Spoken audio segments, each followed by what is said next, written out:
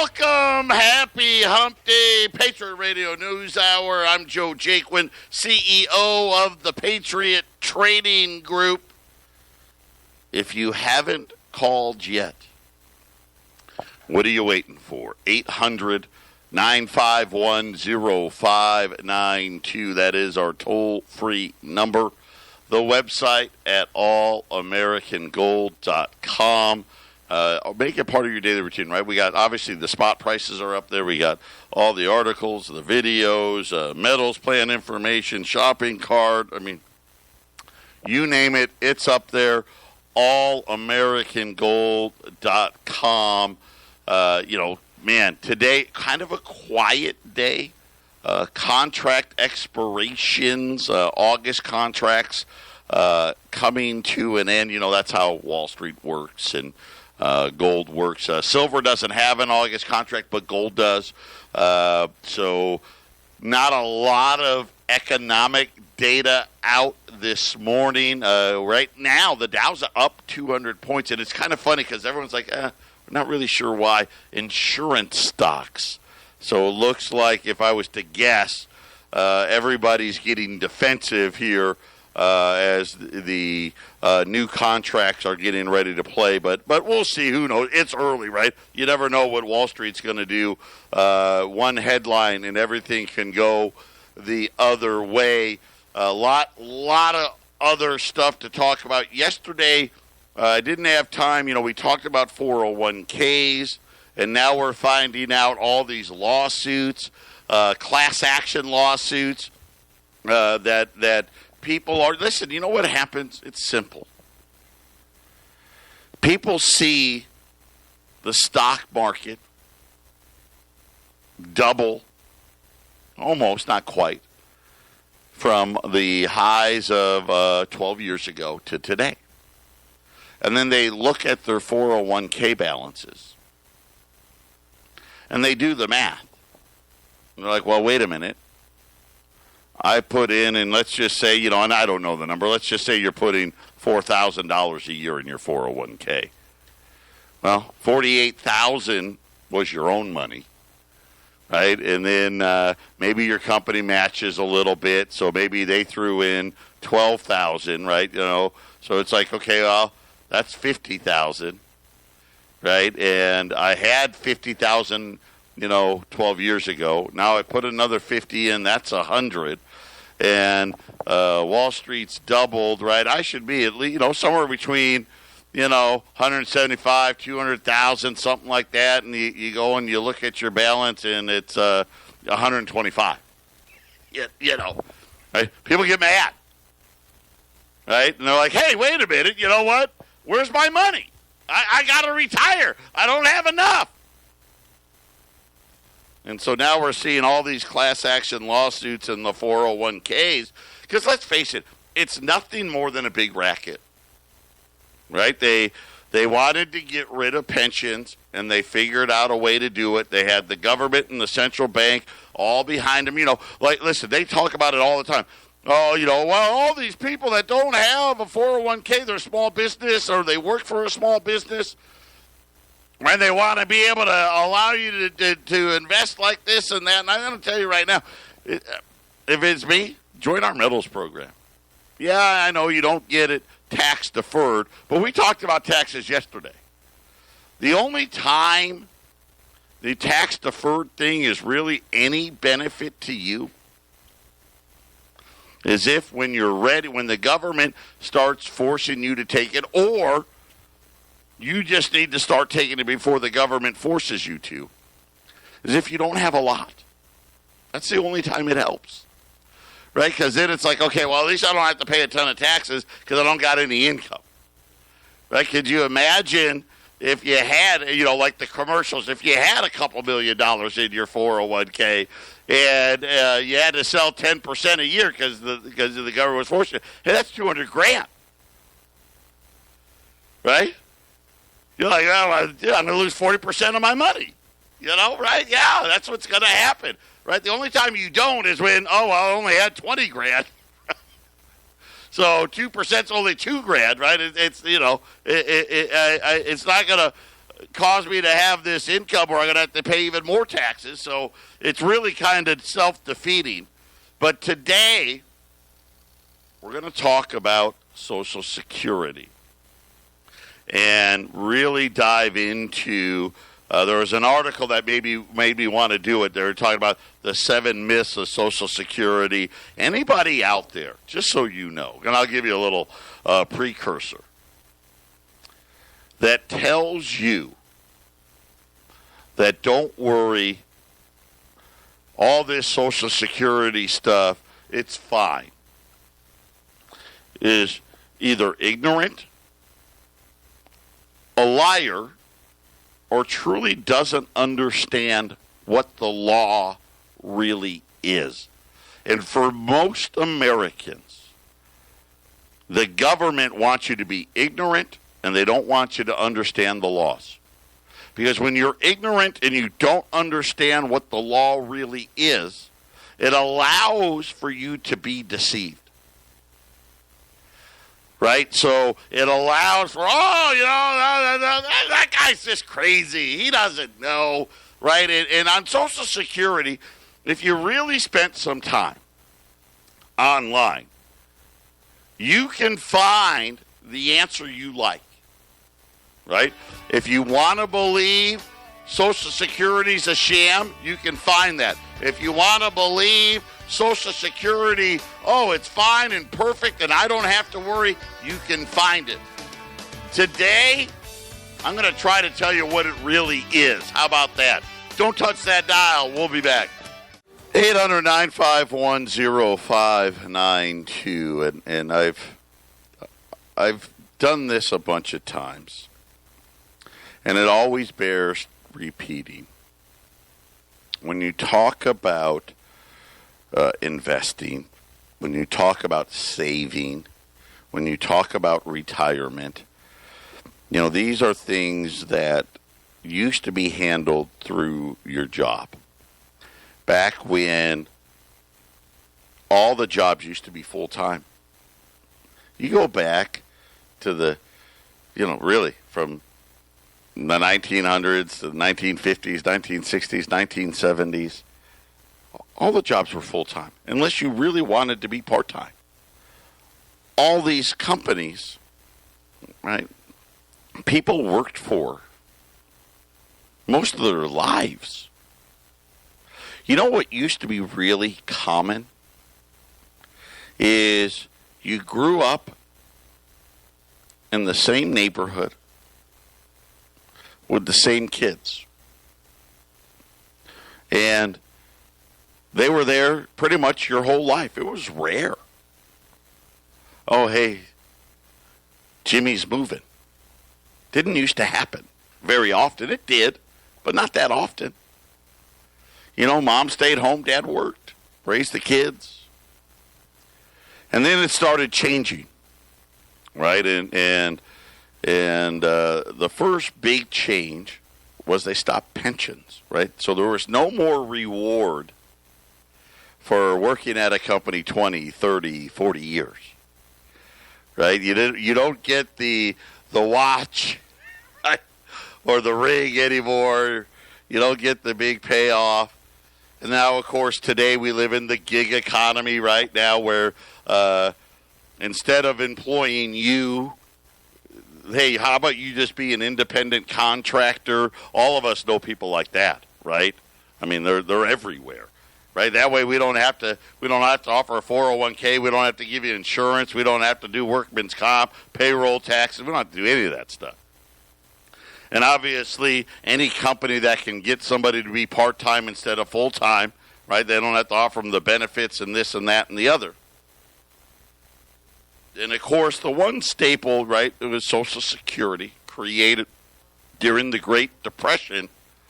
And it was kind of a safety net for the people that were, hey, they were older, didn't have any money, and couldn't work anymore, and a way to provide income. And, of course, anybody thinking that the government is better at saving your money for you than you are needs to get their head examined. Right, but that's the premise, right? When you do, you pay your payroll tax. right? That's how it works, right? You're essentially telling the government, hey, save my money for me, instead of you doing it on your own, right? Because the government's like, hey, you can't do it. And of course, when in a debt-laden system, most people really can't. It's almost impossible to be able to do it. But Social Security, when it was first created, was what they referred to as a pay-as-you-go system. Now, what does that mean, pay-as-you-go? Well, very simply put, is the government would say, hey, remember, government fiscal year, October 1st to the last day of September. Right? That's the government's fiscal year. So, getting towards September, getting ready to head into October. So probably right about now, okay? Because here we are, we're in the last few days of August, right? They're getting ready for the new fiscal year budgets. And they, by and large, know, hey, the last Social Security checks are getting ready to go out, right? Beginning of September, they're getting ready to go out.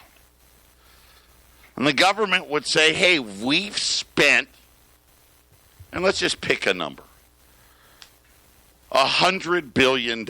And let's say, this is going back a ways now. We spent $100 billion in Social Security checks, okay? And they'll look at the payroll tax, and they'll say, what did we bring in? And let's just, for argument's sake, say they brought in $85 billion, okay? The government for the next fiscal year would change the payroll tax a little bit to make sure, okay, we got to get another $15 billion in here. So instead of charging a payroll tax of 1%, we're going to charge 1.2%, okay? And then the next fiscal year rolls around, and they're like, okay, what did we spend? We spent $105 billion. How much did we take in? Well, we took in $107 billion. Okay, don't change the payroll tax this year. And then another year rolls around. Well, we spent $120. What did we take in? Hey, $110. Okay, well, let's bump up the payroll tax a little bit. And they did that. From the inception of Social Security in the mid-1930s, all the way up until the early 80s. That's how it went. And then we got the Alan Greenspan was anointed by Ronald Reagan to get us prepared for the baby boomers. And, of course, really what it was a big shell game with taxes. So Reagan delivered these huge tax cuts to businesses. Right, remember, created supply-side economics. And in a way to offset that, they instituted, and they gave tax cuts to the people too. I don't want to say it was just for business. But they took the payroll tax and shot it way up to where it sits today, matter of fact. And with that, they created these huge surpluses, right? I.e., the Social Security Trust Fund. When the trust fund was originally conceived, in the original legislation, it truly was, and I'll use the word lockbox because that's something all of you have heard. It was something where they said, hey, unlike all the other revenues that come into Washington, D.C., we do not want the Treasury to be able to use it. In other words, truly we're going to collect it, but we're going to put it on the side, and you can't use the money. Okay? Now, of course, that bill couldn't get passed. But that was how it was originally written. In order to pass it, the Congress got rid of that rule and said, no, it's revenue. We'll do with it as we see fit. Right? Well, we can spend it, but don't worry. If we spend it, we'll still set it aside. Right? And we'll make good on it later. And so this is how Social Security went all through the 80s and the 90s. When you look at government debt, they were actually able to make it appear that they were more fiscally responsible than they really were because of this Social Security thing. But let me get into, now I've kind of laid it out what it used to be. Let me get into the guy that wrote about these myths. Number one in his myths. Illegal immigrants collect Social Security. That was myth number one. Now, part of the problem is they can actually do it. It's something where if they got caught, right, they could get in trouble. But we know a lot of illegals, they have bogus Social Security numbers, steal Social Security numbers. Technically, lawfully, immigrants must be obviously lawfully present, must pay into the system for 10 years before you're eligible. Again, I don't know if that's really a myth. A lot of the illegals are here their whole lives. So whether that's a myth or not, I'll call it a gray area, but trust me, most do. The government raided the trust fund. And again, this is why I said before, you can find the answer you're looking for. This particular guy wants you to believe they didn't. And I'm going to read it to you so we can go through it together. Some people believe the Social Security system wouldn't be facing insolvency today if the government kept their gosh darn thieving hands out of it. Actually, I don't believe that at all. They spent the money, but he's right. Whether the government spent it or not, it doesn't fix Social Security. There has never been any changes in the way the Social Security payroll taxes are used by the government. That was his big truth. That's true. That's absolutely true. The way they set it up is exactly how they work it today. Well, I will say this. The one part that isn't true about that, they did change the pay-as-you-go part. They just made it much bigger. And they did that. I want to say the law was enacted in 83 or updated, but neither here nor there. The Social Security Trust Fund has never been put into the general fund. It's a separate account, and it always has been. And I love this. I love these talks about this. That is also true. The government has a completely separate journal entry, just like this guy said. Doesn't mean, here's the problem. They still spent it. And he goes on and talks about the way that the government does it and says, hey, we still pay the interest and all that. All of that is true. So what happened? The government spent it. They put in non-marketable securities. Right? And I've said this before. And the reason they're non-marketable, right? Why? Because they didn't actually buy anything with it, but they pretended to. They made a journal entry about it. And yes, they've increased this journal entry. Every year that they over-collected, plus interest. Now, here's the problem.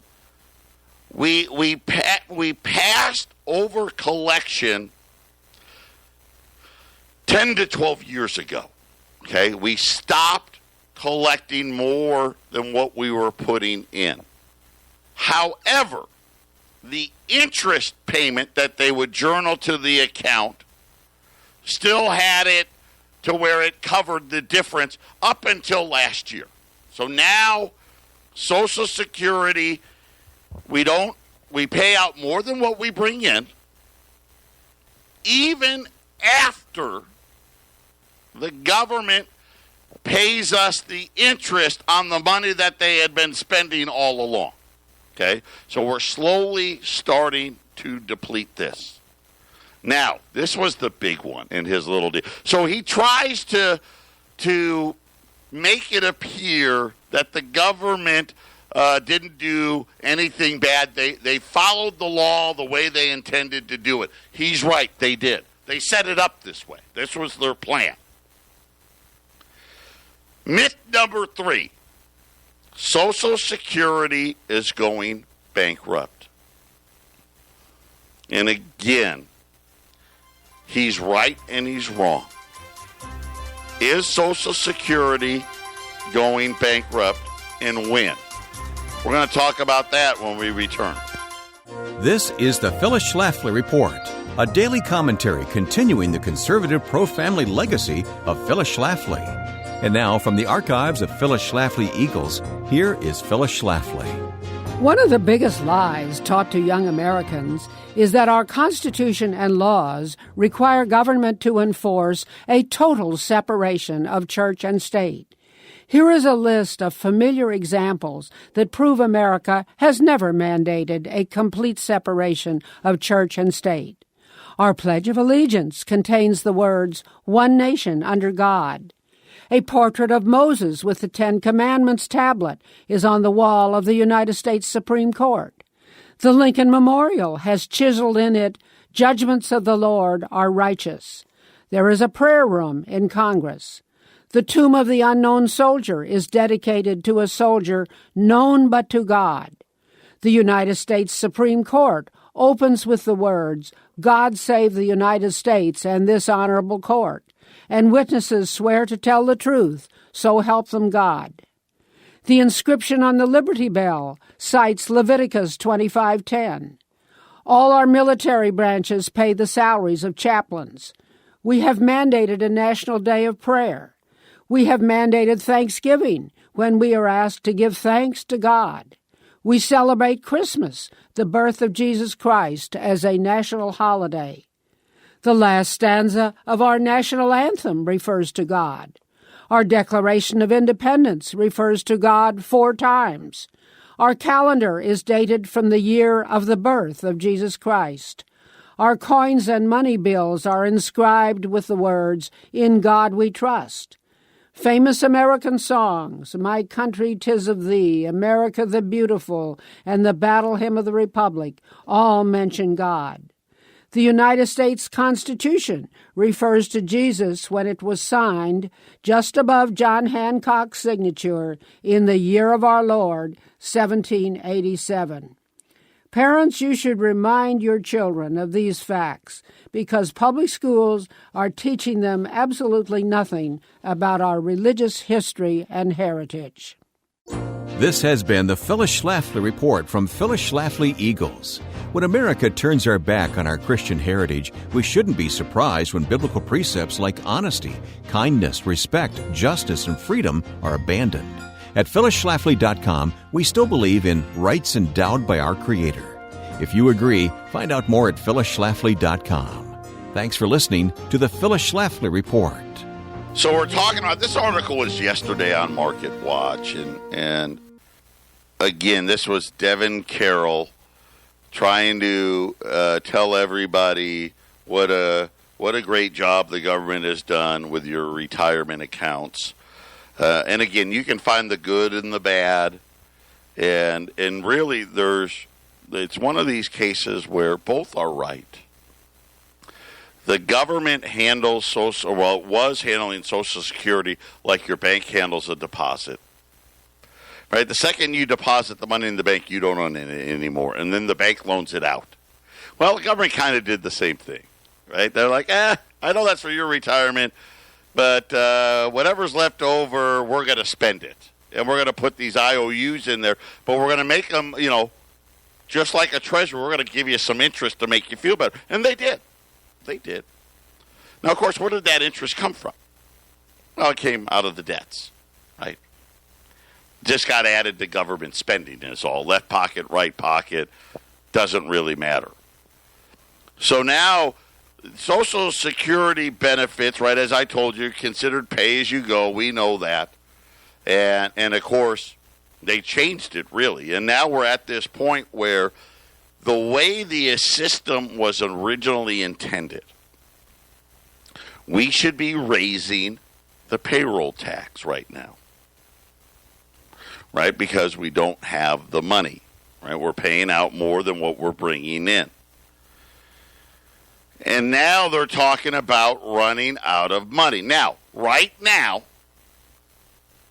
the trust fund, the balance will be out of money, and I think the new number is 2033. This guy's actually got a wrong number in here, but I'm not going to criticize him for that. The projections, and this is the problem with these projections. How do they come up when we're going to be out of money? So before they have to raise the payroll tax again, the government's going to use this trust fund, right? Which really should have been what? The deficits right now, which are 22.5 on its way to 23 trillion, should really be 26, right? Because trust fund's got just under $3 trillion in it. Left pocket, right pocket. What is going to happen? Here's the first thing you need to know. The projections on when Social Security is going to have exhausted this $2.9 trillion is incorrect. It's wrong. Matter of fact, and I've been saying this, I think we're probably looking 2025, maybe with a couple of accounting tricks, 2026, 2027 max. Okay? So we're probably, best case scenario, we're looking at about 8 years. And it really will depend, a lot of the variance will depend on how big the recession is. Because we're going to have one, right? It's inevitable because the central banks create bubbles and booms and bust, and we're already kind of, right, maybe coming here in the next year or two, whatever. The worse it is, the faster it will run out, okay? But they don't put those in, nowhere in any of the projections ever for Social Security did we ever have any bad times. So that's why I tell you, doesn't matter what that 2035, 2034, 2033, 2032, it doesn't matter. 2025 to 2027 is my best guess. That's my, what I call it, educated guess as to when. Now, what happens when we get there? At that point, Social Security will only pay about 75%. In other words, what we bring in versus what we have to pay out, Social Security's 25% short. So one of two things could be done. Obviously, is that bankruptcy? In most terms, we'd say yes. This guy says, well, that's not great news. That's not bankruptcy. Yeah, it is. But, let's not get into semantics.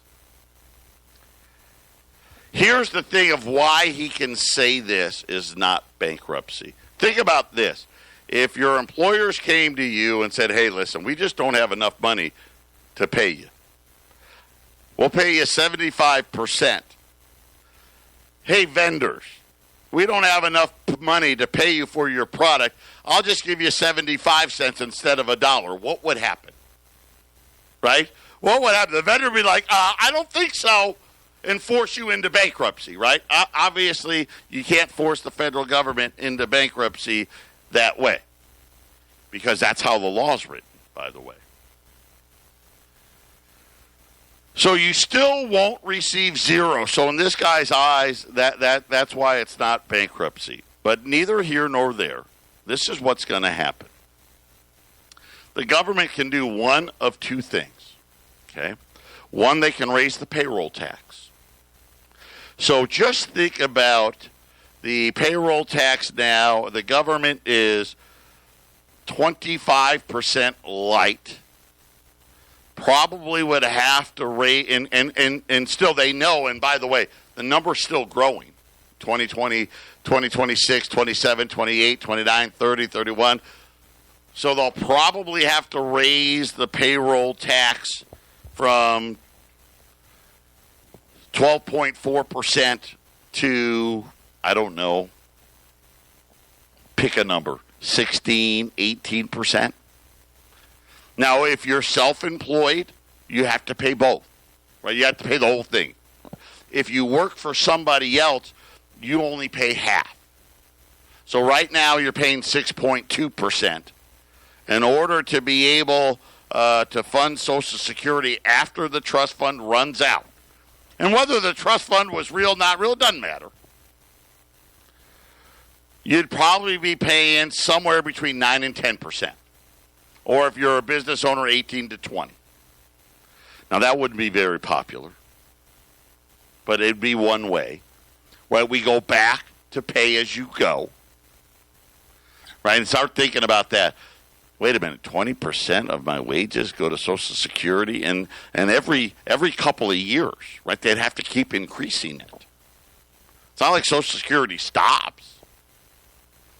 The other option is, well, and there's many, they could cut benefits, right? They could do the cut. Hey, we're going to cut it. Here's the problem. In a couple of years, they'd have to cut it again. And a couple of years after that, they'd have to cut it again. And a couple of years after that, they'd have to cut it again. There's another thing they could do, too. I'll tell you that one next. 800-951-0592. That's the number. You can call or not. If you don't,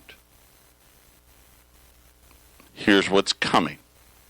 Okay, we're already running well over $1 trillion of debt a year. Social Security has, I don't know, 6, 8 years, something like that. Are we going to cut everyone's benefits by 25%? Of course, here's the problem with that. We have to cut them every year. It's not like it was, hey, we'll just take one cut and be done. No. It's not like Social Security is not going to keep going further into debt. See, this is the problem. The government could raise the payroll tax. We go pay as you go again. This is what they've done to the money, by the way. I mean, we're talking about, you know, in the 80s when they changed it, we were in the like 1%, 2% payroll tax. Now we're at 12.4, and now I'm telling you, when it goes bust, we're going to have a payroll tax of somewhere, I guess, around 18, right? Because the money's so worthless. But here's the problem: every year or two, you know, we're at 18, now we got to go to 19, then we got to go 20, then we got to go 21, right? And you start looking at your paychecks, right? Everyone, they're not going to stick it to the old people. What, we're going to stick it to the people that are working? Right? Think about how would you offset this huge jump in your payroll tax? I know one way. Forget my 401k, right? Nobody would ever sign up for that because I don't have any money. They could go into debt for it. And see, and this is the thing that most people don't understand. Right now, this is what's happening right now. Social Security, Medicare, the trust fund, all that stuff, that real fake journal entry, the government is taking the shortfall and paying it. Now, they don't want to say it like that because they want you to believe about the trust fund whole thing. It doesn't, like I said, it really doesn't matter. When that's over, though, the government will say, see, we made good on our end. We paid you back with interest, all that money, and now here we are 8 years from now, 6 years from now, 10 years from now. Now what? Now here's the problem. We'll be running deficits of, I don't know, 2, 3, worst case scenario, $4 trillion. What's the shortage? How much more is the shortage? That's a great question. And all I can do is take an educated guess. My belief is year one, we'd be looking at $500 billion, probably, give or take. Now, plus or minus $100 billion. I know that's a lot, but, I'm not real sure. But somewhere in that vicinity, right? $500 billion more. Right? And then think about how are we going to pay for that? Right? We're struggling right now to have people show up to the bond market just to get the Treasury refunded, right? We're struggling with that right now. Could you imagine? Here we are in 2025 or 26 or 27, and we're already trying to sell, I don't know, trillions and trillions, probably $14, $15 trillion worth of debt. And then we have to say, hey, wait a minute, hey, here's another $500 billion, here's another $500 billion more. Who's going to do that? Right? They're already saying right now, we already need the Federal Reserve to start buying, bring in QE4. What QE plan would be Social Security? Because like I said, there's only a couple of choices. Take a cut, and then every couple of years get another cut, right? It's not like it's a one-and-done cut. Go back to pay-as-you-go, right? And think about it, pay-as-you-go by 2030, 2035. Could you imagine, hey, we just need 25% of your paycheck. Don't worry. Just pay for these old people, right? That's not logical. Right? Also, it's not logical to say, hey, all you old people, let's, I got a great idea. Hey, let's just give you 25% less, right? What would happen? Well, they'd all be out in the streets, right? Don't want to do that. So when you start looking at the future, the end of cash is much, much closer than even I want to believe. Right? And I say this every once in a while. It's almost like the perfect storm. Right now, the deficit should be going down. We should still have deficits, but they should be going down. Right? Because we're not in a recession. But instead, they're what? They're going up. And they're not going up a little bit. I mean, the deficits are jumping like 30% a year. And now we've got this another big super storm that's, like I said, 6-7 years away. That when it gets here, right, the numbers are already going to be so astronomical. It's no wonder why we're starting to see all these articles about, is this it for the central bank? And the Bank of England talking about a digital currency. The big wipeout is coming. I hope you're prepared before it gets here. And I think that's why you got, people are talking about gold going to the moon. That's why they're doing it. Final segment coming up.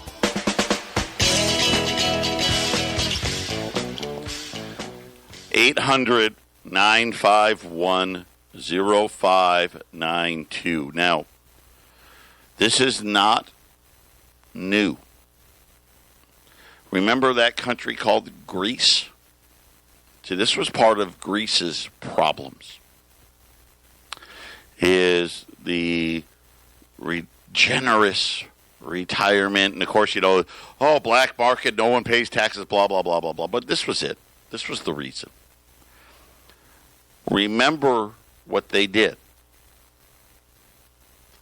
Austerity, right? Forced austerity. And when you think about China and us and this trade war, it's not a trade war, it's a superpower war. China knows this. See, it's not very long anymore. When I first started here, do you know what they said the trust fund was going to run out? It was 2044 or something like. It was like 40 years away. I remember Alan Greenspan in the late 90s saying, don't worry about Social Security, Medicare. The debt's going to be paid off, baby. And all that money we saved on the interest on the debt will fix our problem. Of course, now, fast forward, that was when the debt was $5 trillion, by the way. Fast forward today, it's almost 23. So that didn't work. And I don't know. I know this. All these people know how to do math, and they can phrase it any way they want. You know, and I don't even have to tell you, all of you know, it is unpayable. The standard of living that we have is not sustainable. It's like, Eric, you said the minimum wage would have to be like $50 an hour in order to get the payroll tax right. I mean, that's what it has to be. Cars are going to have to cost not $100,000. Cars are going to have to be $200,000. A home is going to have to be an entry level home is going to have to be $1 million plus. I mean, this is the big problem that we have with this debt money system. And now the realities are, listen, already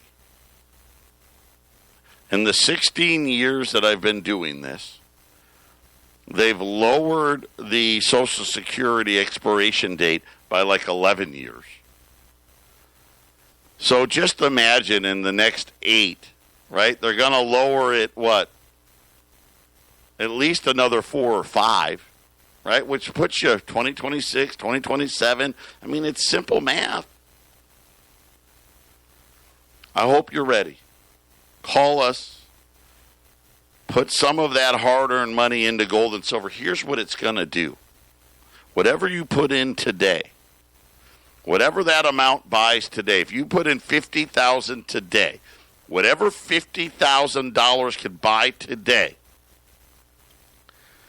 when we get to this, whatever the new, whether it's austerity, whether it's a new money, whatever it is, right? Which is probably going to be, I'm hoping for new money, right? The electronic currencies and all that stuff. Whatever 50 grand would buy today, you're going to be able to buy that when that happens. That same thing. Problem is that same thing's probably going to be $250,000, $500,000. See what I'm saying? 800-951-0592. Patriot Radio News Hour. Everybody take care.